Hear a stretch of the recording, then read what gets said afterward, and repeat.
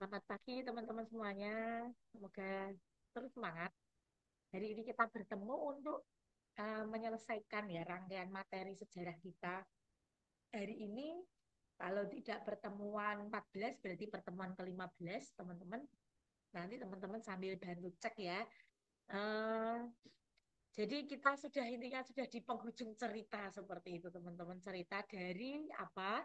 Dari rangkaian rangkaian dari slide yang boleh dianggap ini garis zaman seperti itu dari kita dulu awal semester ini tentang mata kuliah sejarah agama Buddha ini kita diskusi bagaimana kita belajar abad atau tahun 3000 sampai 1500 di India ya Jambane Mohenjo-daro dan Harappa sebagai background cerita dari lahirnya Brahmanisme dan Samanisme di tahun 1500 sampai 600 dan di tahun 600 itulah tahun di mana agama Buddha lahir.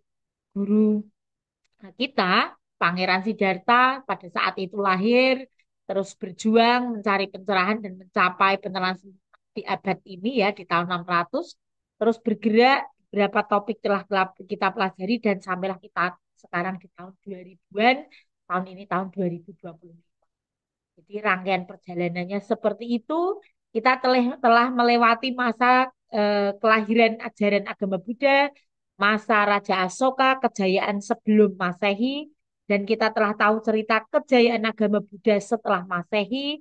Di tahun 700 sampai 800 ini boleh dikatakan tahun puncak, tahun keemasan gitu ya. Banyak bangunan yang didirikan sebagai tanda agama Buddha menginspirasi kehidupan sosial masyarakat, membuat kehidupannya menjadi sejahtera, damai, seperti itu. Sehingga mereka mampu membuat bangunan-bangunan yang luar biasa, yang masih bisa kita lihat dan nikmati keindahannya kita di tahun 2000-an. Lalu kita juga tahu agama Buddha di masa puncak kejayaan ini bergerak mundur, bergerak surut.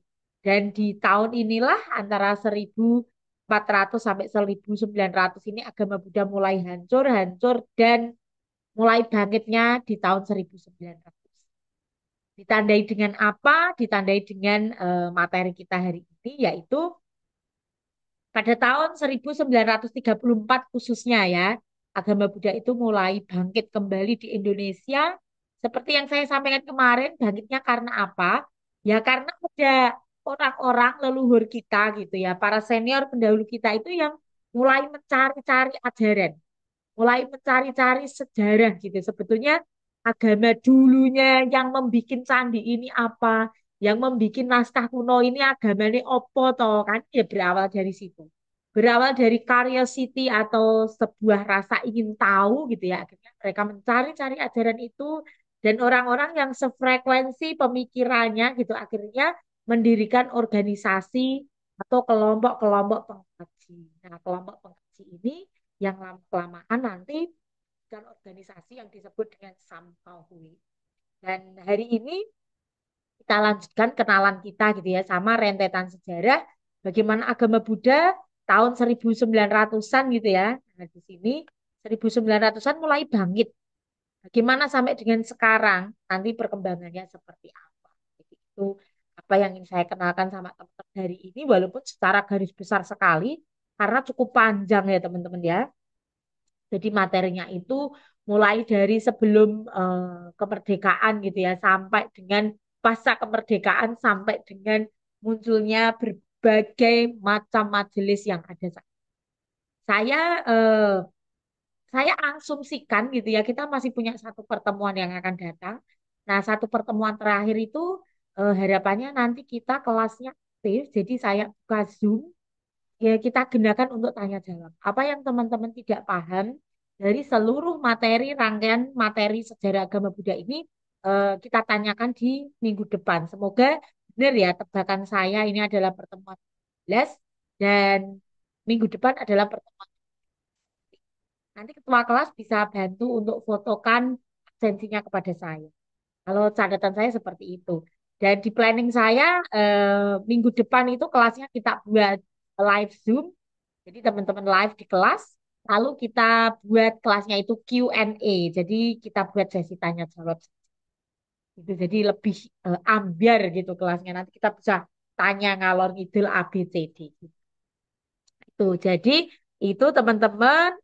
Terus di tahun atau abad 19 itu ya, tahun 1900-an, di awal tahun 1934 itu, awal tahun itu ternyata kelompok pengkaji tadi yang tergabung pada saat itu nama organisasinya adalah Samkohwe ini eh, sudah memunculkan ide untuk mengundang biku dari Sri Lanka untuk datang ke Indonesia untuk kembali memberikan ajaran, meletakkan dasar-dasar ajaran agama Buddha itu seperti apa.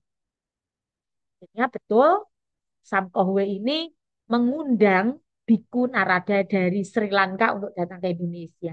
Nanti kalau kita lihat catatannya Sam Kohwe mengundangnya itu awal tahun. Awal 1934 ya kayak udah ngomong dulu, rapat dulu, draft suratnya seperti apa gitu. Ngirimnya seperti apa. Ini belum merdeka loh teman-teman. Ini masih dalam masa penjajahan. Kita dijajah sama Belanda. Tapi surat menyurat sudah ada loh. Sudah ada surat menyurat gitu. Kita kan ya suratnya mau dikirim lewat burung kan tidak mungkin. Sudah ada sistem apa ya? Surat menyurat dan sudah ada sistem maskapai penerbangan. Walaupun Indonesia belum merdeka. Karena Bante Narada nggak mungkin dari apa ya dari Sri Lanka ke Indonesia itu pakai individu terbang di atas udara enggak ya. Jadi tetap pakai maskapai penerbangan, tetap pakai pesawat terbang, dijemput sama beberapa tokoh yang tentu ekonominya sudah mapan pada saat itu, sudah punya pada mobil gitu ya, bisa jemput Bante Narada Matera dan mengajaknya keliling ke berbagai kota di Indonesia dan akhirnya beliau pulang itu di akhir 1934. Jadi datang itu di bulan April, pulangnya akhir 1934. Nah, di awal tahun itu sudah mulai direncanakan. Sampai di sini bayangkan ya teman-teman ya. Kita saja yang sekarang mungkin kalau disuruh bikin panitia mengundang biku luar negeri gitu ya dan mengelilingkannya dari April sampai akhir tahun itu pun juga sudah pusing sendiri loh. Disuruh ngapain, diajak nopo gitu ya. Nanti tim dananya siapa, pengantaran penjemputnya siapa, akomodasi siapa, kita pun juga pasti reward. Nah ini terjadi sebelum Indonesia merdeka. Makanya wow banget sama pendahulu kita di Samkohwe ini ya. Mereka punya resources, punya sumber ya, baik SDM, sumber daya uang, sumber daya dana, sumber daya manusia yang buat saya luar biasa. Dan mereka tentu sudah bisa bahasa Inggris karena Bante Narada ke Indonesia itu juga diceritakan beliau menyampaikan ceramah itu pakai bahasa Inggris dan pakai penerjemah. Loh, sebelum Indonesia merdeka saja butuh orang-orang yang pintar bahasa Inggris untuk menjadi translator. Maka sekarang, lah nek kita malah tidak bisa, lah kan kita mengalami kemunduran namanya. Maka teman-teman masih ada waktu belum telat, terus belajar ya. Inggris juga terus diasah. Seperti itu. Itu. Dan dikatakan kalau kemarin dari ceritanya Pak Dubes Sri Lanka itu diceritakan apa translatornya itu berganti-ganti dan translator yang paling banyak itu katanya namanya Ibu Wisaka Gunadarma, orang Jakarta, perempuan. Seperti itu. Makanya di sini juga perempuan-perempuan ya semangat ya. Yang laki-laki saja Bu, kan paling nanti saya jatuh-jatuhnya juga jadi istri dan ngomong anak, ya enggak seperti itu gitu.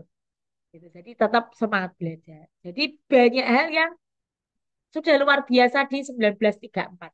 Nah, kan ini sebelum kemerdekaan. Itu, nah, teman-teman, eh, apa dampak besar dari kehadiran Bante Narada gitu ya? Dampak besarnya tentu di beberapa kota itu nanti akan kenal dhamma. Karena di setiap kota Bante Narada itu memberikan ceramah, menjelaskan tentang sila, menjelaskan tentang keyakinan, hukum karma, tentu pokok-pokok dasar agama Buddha dijelaskan. Beliau juga meninggalkan beberapa rupang Buddha di tiap kota yang dikunjungi. Daftar kotanya apa saja nanti setelah slide ini. Dan puncak dari dampak terbesar kehadiran Bante Narada itu adalah eh, pada tahun 1953. Jadi 1934 ke 1953. Jaraknya berapa tahun itu? Jaraknya berarti sekitar 19 tahun. 19 tahun kemudian dampaknya baru terasa dan 1953 ini ditahbiskan lah gitu ya. Seorang putra bangsa, putra Indonesia gitu ya. Setelah Majapahit ini menjadi biku pertama yaitu Bante Asin Sinarakita, nama pemudanya adalah Teboan. Jadi dari Teboan ini eh, menjadi apa ya? Kayak ini adalah tonggak sejarah baru. Sejak runtuhnya Majapahit, kalau kita lihat dari sejarahnya ini ya. Jadi 1400 mulai keruntuhan, kemarin kan di slide sebelumnya 1527, Majapahit benar-benar runtuh total. Dan dari 1957 ke 1953 itulah, maka dikatakan 500 tahun gitu ya, vakumnya agama Buddha itu baru ditandai dengan ditahbiskannya Bante Asin Sinarakita. Banyak diceritakan di beberapa sumber gitu ya. Ini kan 17 tahun kemudian dari Bante Narada datang ke Indonesia. Dulu pada saat Bante datang, ini pemuda Teboan ini masih anak gitu. Tapi juga sudah mungkin diajak orang tuanya gitu ya. Sudah katanya juga memang ikut mendengarkan ceramahnya Bante Narada. Tapi masih sangat kecil. Seperti itu. 17 tahun kemudian tergerak hatinya untuk menjadi biku. Ditabiskan di Myanmar. Itu. Jadi sejarahnya seperti itu ya. Baru setelah beliau kembali ke Indonesia, akhirnya ada teman orang-orang lain gitu ya. Orang-orang yang tentu pengetahuan agamanya tidak dangkal gitu ya. Akhirnya juga memutuskan untuk menjadi biku dan lahirlah Sangga di Indonesia. Setelah keruntuhan Majapahit. Jadi ceritanya nanti akan seperti itu. Dan Bante Asin Jinara kita ini ditabiskan 1953 dan wafatnya 2000. Jadi ya belum lama gitu ya. Ya belum lama dalam arti ya kan sudah 23 tahun yang lalu Bu. Ya tapi untuk konteks sejarah ya masih segar lah. Berarti wafatnya beliau pun juga masih eh, belum lama dalam dalam apa ya rentetan sejarah yang panjangnya seperti ini gitu loh. Wafatnya 2002 seperti itu. Dan awalnya beliau jadi anggota BIKU yang tidak berjenggot ya. Baru pada akhir-akhir itu beliau memutuskan untuk berjenggot yang itu juga tentu pro kontra ya. Ada yang pro ya nggak apa-apa gitu, tapi ada yang kontra karena di wilayah itu ada aturan tidak boleh memelihara atau jenggot. Tapi sampai akhir hayat beliau kayaknya beliau memelihara jenggot. Dan itu nanti yang menjadi salah satu alasan, salah satu ya karena banyak alasannya dari perpecahan sangga. Dari awalnya dulu satu sangga, ya Bante Asin Jinara kita dan teman-teman satu lettingnya akhirnya nanti pecah menjadi beberapa kelompok sangga. Majelisnya pun juga pecah. Dan nanti di slide ini, hari ini teman-teman akan tahu bahwa majelisnya itu, kalau di internet saya cari kok jumlahnya 27, tapi fix di Kementerian Agama, di teorinya Kementerian Agama saya cari belum. Nanti kita cari bareng. Itu tentang asin sinara kita. Dan ini saya cantumkan beberapa slide tentang Samkohwe. Nanti teman-teman cek sendiri. Apa itu Samkohwe? Ternyata ini adalah organisasi untuk orang-orang pencari ajaran tadi ya. Yang menggabungkan tiga ajaran. Tapi sebenarnya bukan ajarannya dicampur aduk gitu ya. Tapi saya lebih memaknainya sekarang itu orang yang suka Konfusianisme ya ada temannya ngumpul di situ, Taoisme di situ, Buddhisme di situ. Karena Sampohwe kan dengan bukti mengundang Bhikkhu Narada itu artinya tidak mencampurkan Taoisme dan Konfusianisme. Buddhisme ya tetap Buddhisme, Taoisme tetap Taoisme, dan Konfusianisme atau Konghucu tetap Konghucu. Seperti itu. Cuma kelompoknya pencarinya ini ya teman-teman ya akhirnya mereka itu menjadi satu seperti itu. Mereka apa ya orang-orang yang suka mencari-cari ini ajaran apa atau gitu. Mereka itu punya komunitas untuk ya mungkin untuk sharing gitu ya, untuk brainstorming bareng. Istilah kerennya kan seperti itu. Itu lalu organisasi ini yang mengundang Bante Narada Mahatera. Nah, awalnya tujuannya apa? Karena saya pikir ini memang lebih banyak gitu ya. Bukan kita berarti sara, tetapi dikatakan di beberapa sumber memang ini lebih banyak anggotanya itu orang-orang Tionghoa. Atau orang-orang dalam tanda kutip gitu keturunan. Walaupun sebetulnya mereka juga orang Indonesia gitu ya. Nah, teman-teman Tionghoa ini itu kan punya tradisi cara apa ya, upacara leluhur, perayaan-perayaan gitu kan. Eh, itu mungkin tidak cocok dengan agama-agama mayoritas yang ada di Indonesia yang lainnya seperti itu.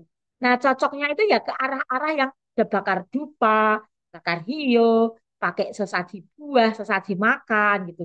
Nah, ajaran yang cocok ke situ ternyata ya tiga tadi, Konghucu, Taoisme, dan Buddhisme. Sehingga mereka menemukan kecocokan secara struktur budaya mereka, sosial mereka, itu ada kecocokan. Lalu akhirnya lahirlah Samkohwi ini. Seperti itu. Seperti kalau kematian kan, yang paling gampang kematian. Kremasi itu kan tidak ada di dalam teman-teman Muslim kan. Teman-teman Muslim kalau meninggal pasti dikubur.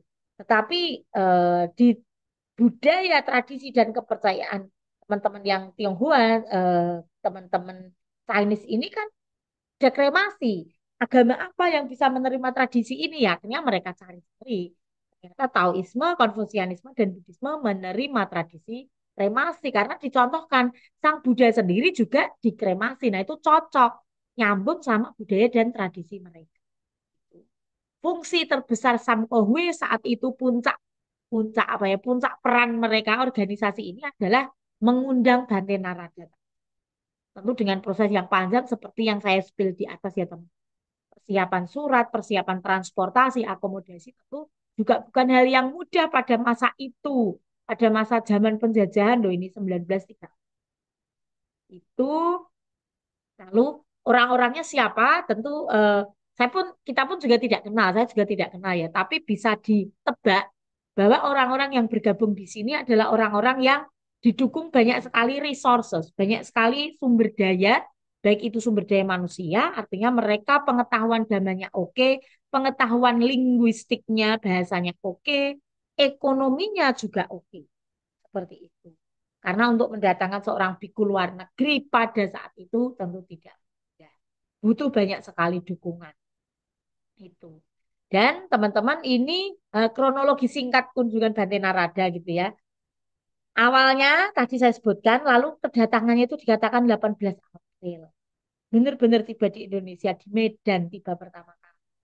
Lalu April sampai Mei itu ada di Medan. Lalu akhir Mei pindah ke Jakarta, saat itu disebutnya masih Batavia. Lalu setelah itu menghabiskan waktunya keliling ke beberapa kota. Bayangkan ya, ini yang saya sebutkan tadi. Keliling ke beberapa kota, Surabaya, Semarang, Yogyakarta, Bandung. Butuh dana, butuh dukungan, butuh orang yang mengiringi, butuh orang yang menerjemahkan. Itu yang tidak mudah dan itu yang luar biasa dari para pendahulu kita yang sudah mencari kembali gitu ya ajaran agama Buddha pada 1934. Jadi sebenarnya saya membaca ini pun membayangkan gitu ya betapa luar biasanya masa baru akhir 1934 Bante Narada kembali ke Sri Lanka dan meninggalkan dampak besar. Minat terhadap Buddhisme, lahirnya kelompok-kelompok studi, lalu generasi muda, termasuk Sunanda. Sunanda ini yang Teboan tadi ya. Eh, Asin Jinarakita juga mulai mendalami Dhamma dan 17 tahun kemudian menjadi biku Asin Jinarakita. Katakan seperti itu. Itu sejarah singkat mengulang kembali gitu. Nah, sekarang kita ke masa 1953 ini. 19 tahun setelah kedatangan Bante Narada di Indonesia. Setelah 19 tahun ini, sorry bukan 17 ya, 19. Jadi Sunanda atau Teboan tadi juga menjadi biku 19 tahun setelah kehadiran Bante Narada Mahatera. Nah, 19 tahun kemudian, tepatnya 1953 itu ada biku putra bangsa putra Indonesia yang menjadi biku dan menjadi biku pertama setelah keruntuhan Majapahit. Dengan nama penabisan Asin Jinarakita. Nah, kenapa pakai nama Asin? Karena beliau ditahbiskan di Myanmar. Nah, lalu setelah kembalinya, ternyata prosesnya tidak langsung mendirikan sangga gitu ya. 1953 ditahbiskan, lalu pulang, lalu 1959 gitu. Ada Sangga Indonesia lahir. Berarti sudah punya, berarti minimal dari ada 5 biku saat itu. Di 1959. Tidak mudah ya prosesnya ya, 6 tahun. Baru ketemu teman, ketemu orang-orang yang sefrekuensi yang mau diajak jadi biku. mau diajak mendirikan Sangga Indonesia itu. Lalu berjalan, berjalan, berjalan, Gama mulai tambah dikenal di mana-mana tentunya, mulai pengenalan Katina dan lain-lain. Nah, langsung ya saya bikin cepet gitu karena waktunya. Terus sejarahnya berlangsung, kita beralih ke tahun 1976.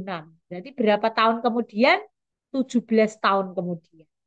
17 tahun kemudian, 1976, terjadi perbedaan pemikiran dan pendapat tentang arah ajaran dan pembabaran dhamma. Sehingga ada perpecahan dalam sangga. Akhirnya muncul beberapa organisasi. Ya, kalau saya sebutkan di awal kan Dante Asin sendiri awalnya tidak berjenggot, akhirnya berjenggot. Ya, mungkin ada biku yang suka dan tidak suka gitu loh. Biku kok berjenggot gitu kan. Nah, itu hanya kecil saja, perbedaan kecil. Ada perbedaan yang lain tentang arah ajaran. Oh, saya mau ke arah ini, saya bodhisattva, saya arahat gitu ya. Oh, nggak bisa, jalan bodhisattva tentu yang lebih mulia dan seterusnya. Akhirnya terjadi perpecahan dan lahirlah beberapa kelompok sangga di Indonesia. Termasuk sangga yang apa ya, yang kita tahu, yang menaungi kita saat ini, karena kebetulan kita berada di bawah naungan Sangga Theravada Indonesia, itu juga pecahnya di tahun 1976. Makanya teman-teman bisa hitung ya, kayaknya tahun ini sudah 50 tahun usianya, atau tahun depan itu 50 tahun dari perpecahan 1976. 2026 ya, berarti pas nanti 50. Jadi sudah 50 tahun ada perpecahan ini, akhirnya lahirlah Sangga Agung Indonesia, yaitu yang disebut sebagai warisan dari Asin Jinara kita. Lalu ada Sangga Theravada Indonesia yang mengikuti tradisi Pali seperti itu. Lalu ada Sangga Mahayana Indonesia, Sangga Wajrayana Indonesia. Ini hanya sangga-sangga besar. Kalau majelisnya nanti dikatakan ada 27, nanti coba gitu. Itu berarti runtutannya dari 1953. Kalau ditarik ke atas 1934 Bante Narada datang. 19 tahun kemudian ada pemuda Indonesia yang jadi biku. 1959, 6 tahun kemudian ada teman-temannya yang jadi biku, lahirlah Sangga Indonesia. Terus 17 tahun kemudian dari lahirnya Sangga ini muncullah perpecahan karena perbedaan konsep, perbedaan arah ajaran, pembabaran dhamma dan lain-lain. Lahirlah beberapa sangga, khususnya 4 sangga besar ini. Seperti itu. Itu sejarah perkembangan sangga. Nah, itu slide itu cukup, artinya begini, satu slide. Tapi ini slide pemantik. Nanti teman-teman cari sendiri ya. Cari sendiri, belajar sendiri, tambahi referensi sendiri. Jadi hari ini saya kayak pantik-pantik saja gitu. Beberapa poin penting yang seyogianya kita ketahui sebagai penerus ajaran agama Buddha di Indonesia saat ini tuh runtutan sejarahnya seperti apa. Lalu nextnya, topik yang perlu teman-teman ketahui juga. Jadi ada masa-masa krusial penting gitu ya. Setelah Bante Narada datang, Agama Buddha kan jadi geliatnya, kegiatannya itu di mana-mana ada, setia-setia kecil didirikan, akhirnya banyak setia gitu ya. Nah, ternyata situasi politik di Indonesia, eh, khususnya 1953 ini kan sudah merdeka gitu ya. Jadi pernah bisanya biku pertama yang lahir di Indonesia itu pasca kemerdekaan. Pasca kemerdekaan kalau teman-teman baca sejarah kita itu kan negara kita nggak langsung settle gitu ya. Negara kita pun juga mengalami beberapa pemberontakan lah, pergantian ide lah, sistem partai politiknya juga masih baru, masih apa ya, ya masih labil seperti itu. Bahkan untuk penentuan rumusan dari Pancasila pun sempat terjadi kayak gonjang-ganjing. Khususnya yang sila pertama, ketuhanan yang Maha Esa, eh, itu bukan hanya ketuhanan yang Maha Esa tok. Jadi awalnya pun teman-teman dari mayoritas Muslim yang saat itu memang cendekiawan Muslim sudah banyak sekali dibandingkan dengan cendekiawan dari agama lain gitu ya. Apalagi kita, wong kita saja baru akan mempelajari kembali, baru akan bangkit gitu ya. Sedangkan teman-teman Muslim itu sudah institusi belajarnya itu sudah ada di mana-mana, pondok pesantren ada di mana-mana. Maka cendekiawan mereka kan jauh-jauh lebih banyak dan cendekiawan Muslim ini yang mengusulkan di sila pertama itu bukan hanya ketuhanan yang Maha Esa, tapi ketuhanan yang Maha Esa dan kewajiban menjalankan syariat Islam bagi pemeluknya. Nah, sempat ada eh, wacana seperti itu. Nah, tentu para nasionalis itu juga memberi masukan. Nah, kalau begini nanti kan gimana? Wong kita kan bukan negara agama, kita ini negara republik yang bukan mendasarkan prinsip pemerintahnya pada satu ajaran agama. Tentu gejolak itu kalau teman-teman baca sejarah ya, itu pun juga cukup lama, cukup panjang, baru diputuskan sila pertama itu cukup ketuhanan yang Maha Esa. Nah, ternyata fenomena ini terus berlanjut, situasi politik di Indonesia yang masih gonjang-ganjing dari Presiden pertama Soekarno beralih ke Presiden Soeharto seperti itu, dan di 1965 ini luar biasa ya momen politiknya karena dikatakan ini adalah tahun penting di mana salah satu partai, Partai Komunis Indonesia itu dikatakan sebagai partai terlarang. Akhirnya karena apa? Karena PKI ini dianggap tidak mengakui adanya Tuhan. Nah, dampak besarnya apa? Dikatakan di beberapa sumber, dampak besarnya adalah ini kesyarat agama yang bisa hidup di Indonesia. Itu harus mengakui adanya ketuhanan. Seperti itu. Nah, agama Buddha sebagai salah satu agama yang saat itu juga sedang akan tumbuh gitu ya. Itu juga di apa ya? Eh, itu juga sorry, Bang.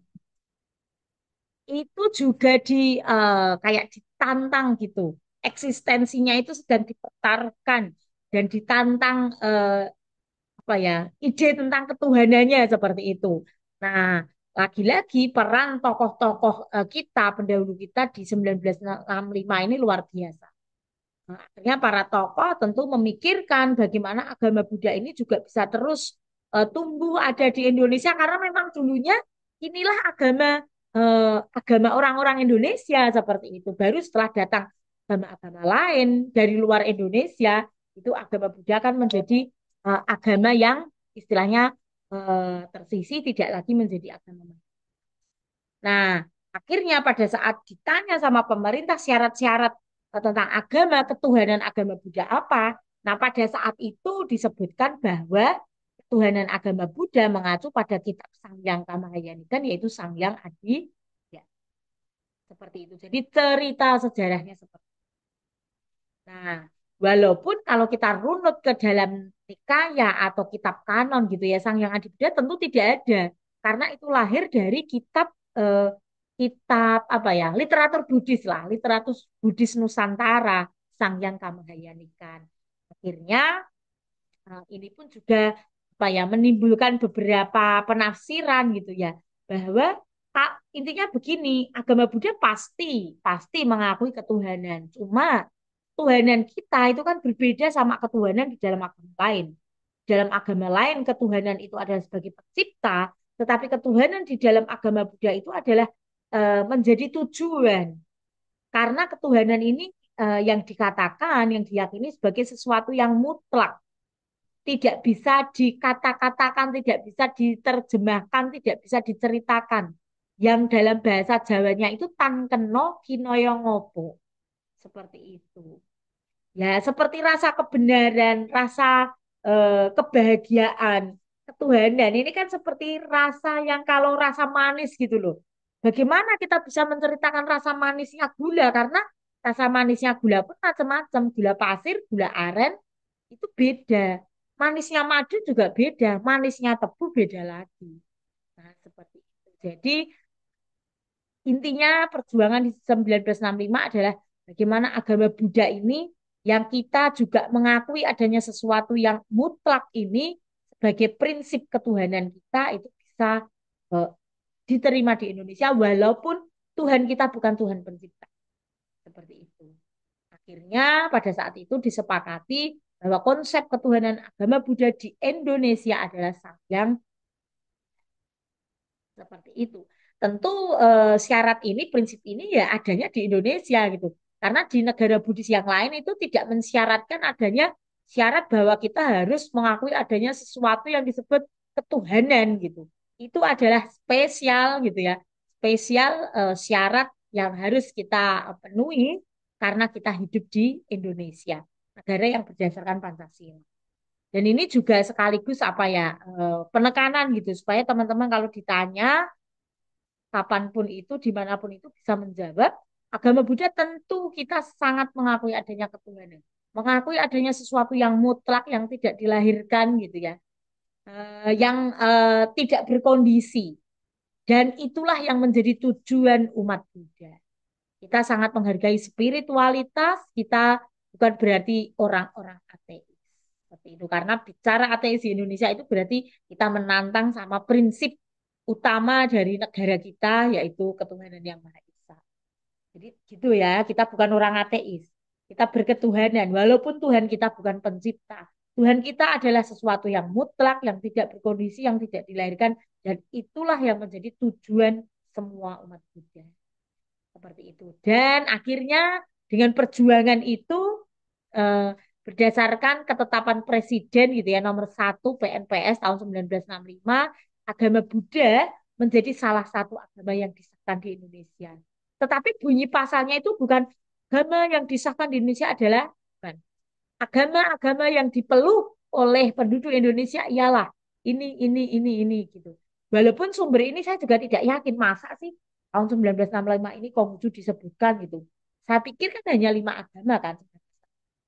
Tapi di sumber yang saya kutip di internetnya mengatakan Konghucu. Ini teman-teman jangan take for granted terima apa adanya ya. Teman-teman justru perlu cek, ketik. Ketetapan Presiden Republik Indonesia nomor 1 PNPS tahun 1965. Apa saja yang diakui? Apakah 5 atau 6? Karena kan agama Konghucu itu diakui menjadi agama di Indonesia itu pada saat pemerintahan Gus Dur. Pada saat Gus Dur menjadi presiden, itu agama Konghucu diakui sehingga agama di Indonesia menjadi itu. Makanya teman-teman Konghucu itu sama Pak Gus Dur itu adalah kayak bapak mereka seperti itu. Karena beliau memang apa ya sangat menghargai perbedaan berarti perbedaan dari ya, beliau paham gitu ya bahwa Tuhan itu nggak mungkin semua agama itu mengartikannya untuk satu jenis itu pasti semuanya punya persepsi. Tapi dalam koridor semua agama yang ada di Indonesia adalah mengakui ketuhanan termasuk kita itu. Nah, itu terus isinya karena konteksnya saat itu adalah pencegahan penyalahgunaan atau penodaan agama. Itu dalam konteks peraturan perpres tadi ya, penpres ya, penetapan presiden. Kalau kepres keputusan presiden, tapi istilahnya kok penpres ya. Nanti teman juga cari, tapi ada fakta menarik. Implikasi dan kritiknya. Meskipun ditujukan untuk melindungi kerukunan antar umat beragama, peraturan ini yang penpres ini tadi ya, sering dikritik karena dianggap dapat disalahgunakan untuk menekan kelompok minoritas.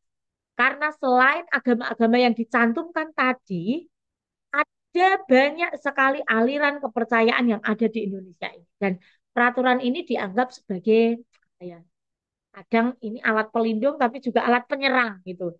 Ngapain kalian tidak diakui loh seperti. Berarti ini juga muncul karena Perpres ini kerap dianggap tidak relevan lagi bagi perkembangan zaman dan situasi saat ini. Memang betul.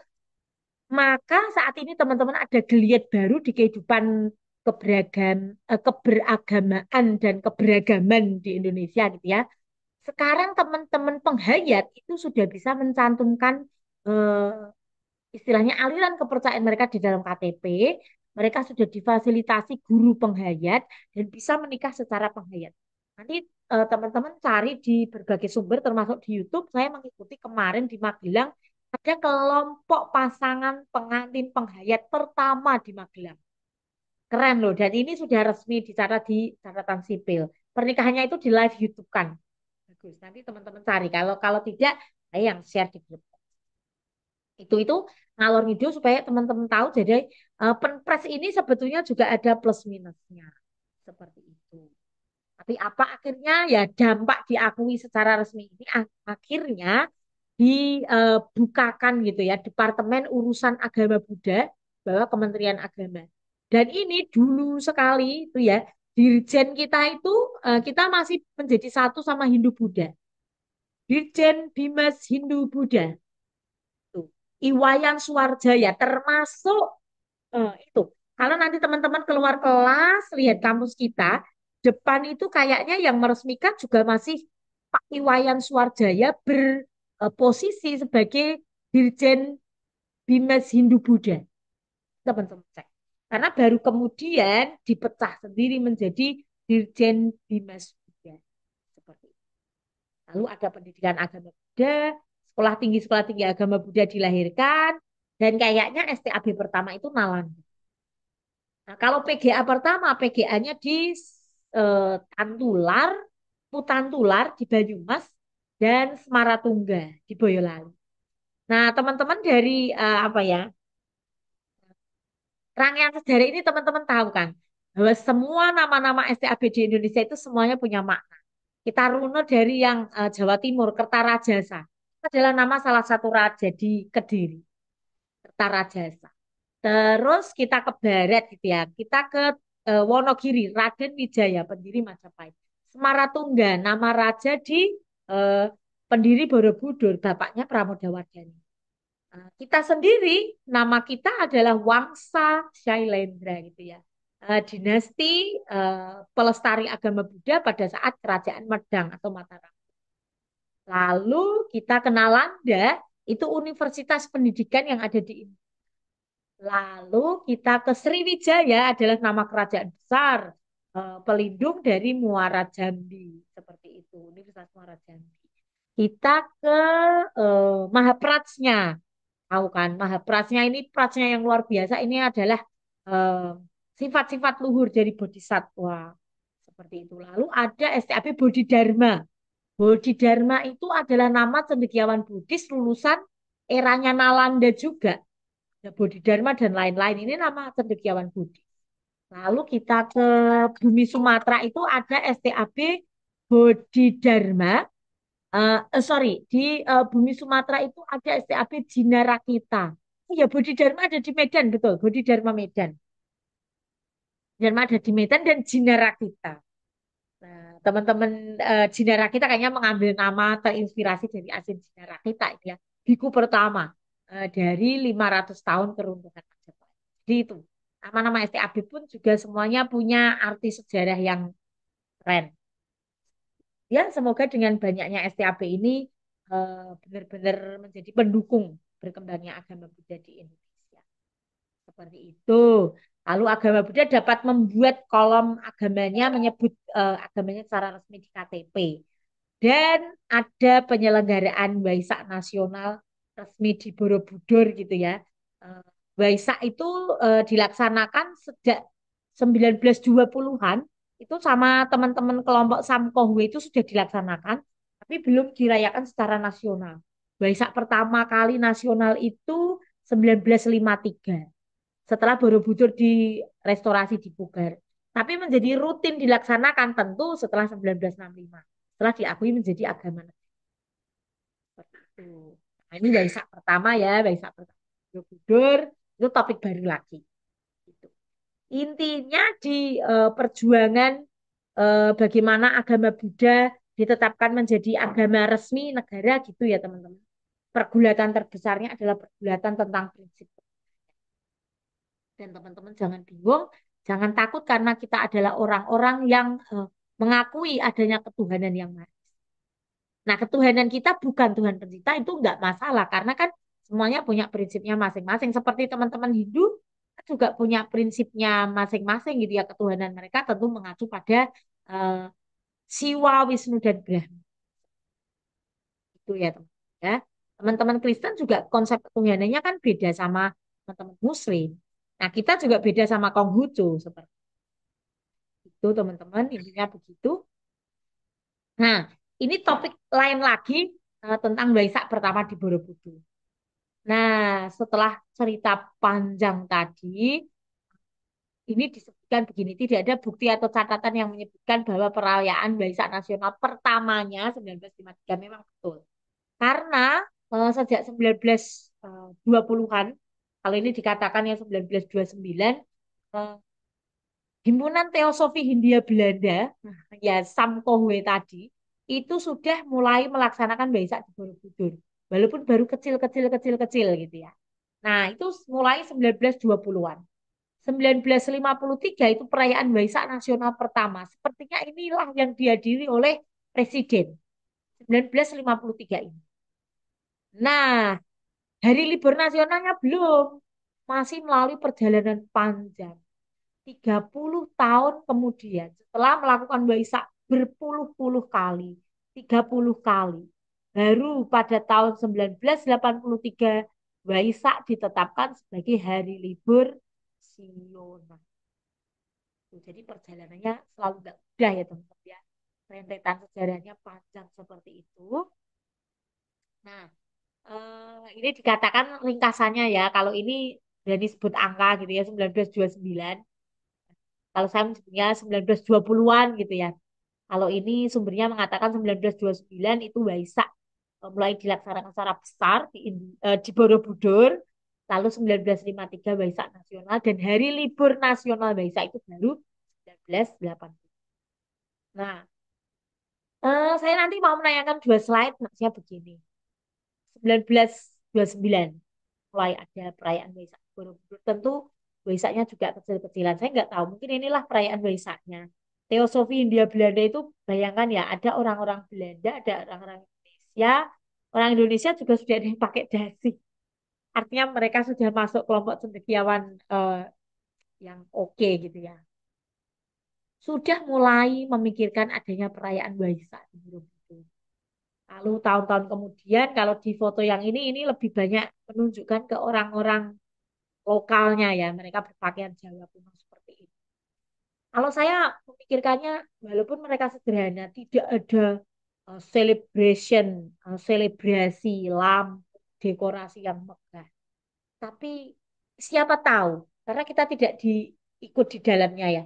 Siapa tahu malah justru momen yang sederhana tanpa selebrasi ini itu justru menjadi penyemangat bagi mereka untuk terus melestarikan ajaran agama Buddha. Nah, kita yang sekarang yang penuh selebrasi, penyalaan lampion, dekorasi mewah dan megah, sound system yang membahana luar biasa. Nah, kita harus cek apakah kita sudah jauh lebih spiritual daripada dulu perayaan yang hanya sekedar.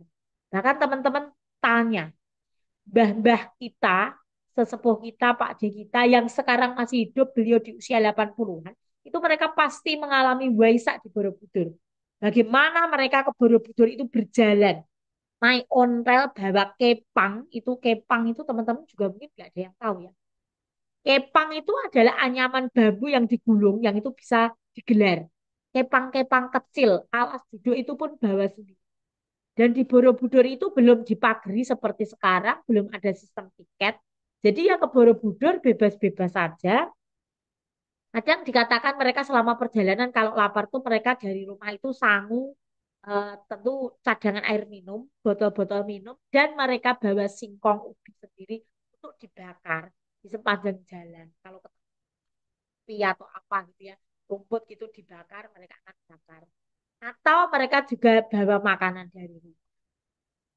Tapi spiritualitasnya katanya menurut mereka itu malah jauh lebih terasa daripada sekarang ya sistem tiket, sistem PIN malah bingung sendiri dan kadang ya malah riweh sendiri kalau bikin acara dan spiritualitasnya enggak dapat.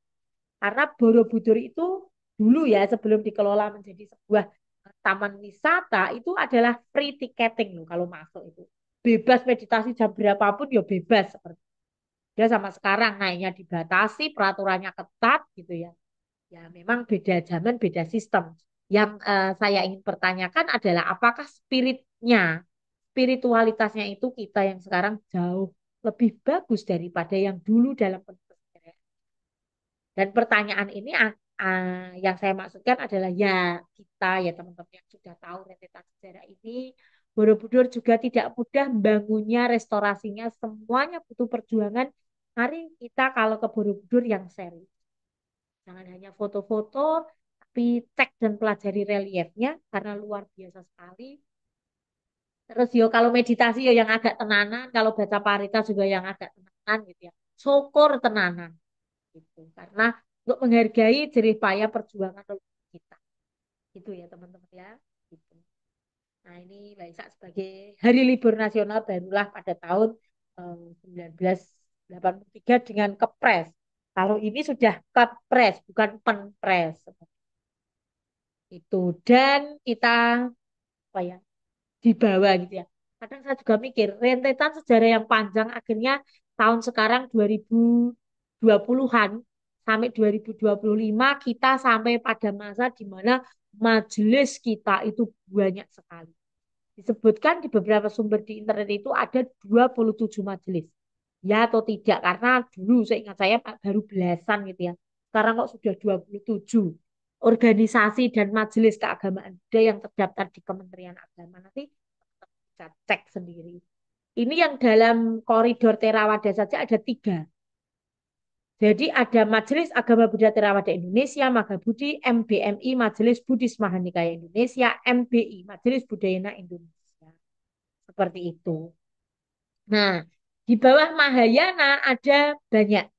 Ada Matakin, Majelis Agama Tridharma Indonesia, Majelis Pandita Buddha Maitreya, Majelis Agama Buddha Mahayana, Majelis Buddha Tridharma Aliran Shaolin, Majelis Buddhis Sakya Indonesia, Perhimpunan Buddhis Arya atau Singon Wajrayana Jepang. Itu ada yang di bawah Mahayana. Di bawah Wajrayana Tantrayana juga ada beberapa ya. Ada Wajrayana Buddhis Indonesia, Mahayana Tantrayana Indonesia, Tridharma Tantrayana. Tridharma pun ada beberapa ya. Ada teman-teman Tridharma yang tergabung di bawah Mahayana, ada yang di bawah Wajrayana. Persatuan terus Majelis eh, Dzogchen. Saya bacanya aja juga gimana ini? Dzogchen. Majelis Kagyuta, Majelis Gelupa, Majelis Dringkung Kagyu Indonesia. Kita ada banyak ya dari teman-teman Wajrayana pun macam-macam. Kalau Gelupa dan Kagyupa ini saya dengar-dengar ya memang mereka ini berbeda. Jadi Wajrayana Tantrayana pun beda-beda. Lalu Nichiren juga ada berapa ternyata. NSBDI yang saya kenal gitu ya. Ternyata ada yang lain. Nichiren Shu Indonesia dan Nichiren Soshu ternyata beda. Ada Rei UK Indonesia, Riso Koseka Indonesia. Dari Nichiren saja ada 4. Nah, Majelis Buddhisme Tionghoa atau Tridharma ternyata ada lagi. Di bawahnya Mahayana, di bawahnya Wajrayana ada. Nah ini ada Majelis Tridharma seluruh Indonesia, Lembaga Agama Konghucu Tridharma, Lembaga Buddhis Guangsan Indonesia. Oh, ini pun juga Guangsan juga ada majelisnya sendiri. Ya, kayaknya ini kerjasama sama beberapa teman SDAB mengadakan kerjasama juga. Oh, begitu. Terus ini lembaga umat organisasi pendukung non majelis. Tetapi berperan di Kemenak. Walubi, Permabudi, Gemabudi, dan Wanabudi. Wanabudi ini saya nggak tahu. Ini dari mana gitu ya. Ternyata ada Wanabudi. Totalnya ada 27 menurut sumber internet ini. Dan lagi-lagi teman-teman harus cari sendiri. Cek sendiri apakah ya 27 atau berapa. Itu. Nah, teman-teman, itulah rangkaian materi hari ini yang ingin saya sampaikan kepada teman-teman. Ini lebih ke apa ya? A to Z gitu ya. Lebih banyak ke saya comot karena memang banyak sekali teman-teman materinya dan semoga teman-teman terus apa ya? Ya, terus mau untuk belajar bahwa kita sampai di hari ini kita bisa belajar di SCAB. Kita punya Dirjen Bimas Buddha itu bukan sesuatu hal yang mudah, tapi perjuangan panjang. Dan semoga dengan video ini kapanpun kita membukanya, termasuk saya itu juga mengingatkan bahwa ya semoga semuanya itu amanah. Kita pinjam istilah teman-teman Muslim ya. Artinya yang duduk di Dirjen Bimas Buddha juga semoga amanah, mengusahakan yang terbaik untuk perkembangan. Ya, kita yang ada di dunia pendidikan juga kita belajar sebaik mungkin, se-open minded mungkin untuk mendukung perkembangan agama. Tidak ingat gitu ya. Zaman dulu pun bahkan sejak zaman Raja Asoka dan sejak zaman Kerajaan Medang lalu bergerak ke timur sampai puncaknya Majapahit itu perlu orang-orang cendekiawan, itu orang-orang pemikir. Dan semoga teman-teman di sini dari materi sejarah yang panjang ini juga tidak berhenti untuk mau belajar, mau menjadi pemikir, mau menjadi pemerhati, mau terus berkarya dan bergerak. Telah dicontohkan leluhur kita semuanya itu bukan orang-orang yang diam tidak ngapa-ngapain, tapi semuanya mengusahakan yang terbaik di masa mereka masing-masing. Memang setiap orang ada zamannya dan setiap zaman ada orangnya. Semoga teman-teman menjadi orang-orang yang keren, berperan, berdampak pada zaman 2025 dan yang akan datang. Seperti itu. Langkah teman-teman jauh lebih panjang daripada saya. Saya sudah 40 tahun lebih, sudah separuh. Tinggal menunggu separuh yang akan datang. Gitu ya. Kalau teman-teman ini masih sangat di ufuk timur, jadi langkahnya baru akan dimulai. Jadi tolong untuk belajar. Gitu teman-teman. Itu dan tugas hari ini nanti saya sampaikan di grup kelas. Tugasnya singkat padat saja karena saya tahu tugas mata kuliah yang lain juga banyak. Dan kalau masih ada waktu nanti teman-teman bisa belajar memenuhi 10 days reading challenge yang diselenggarakan oleh kampus. Nanti ke perpustakaan bersama Mas Buster ya. Demikian untuk hari ini teman-teman. Saya akhiri. Selamat siang. Namo Buddhaya.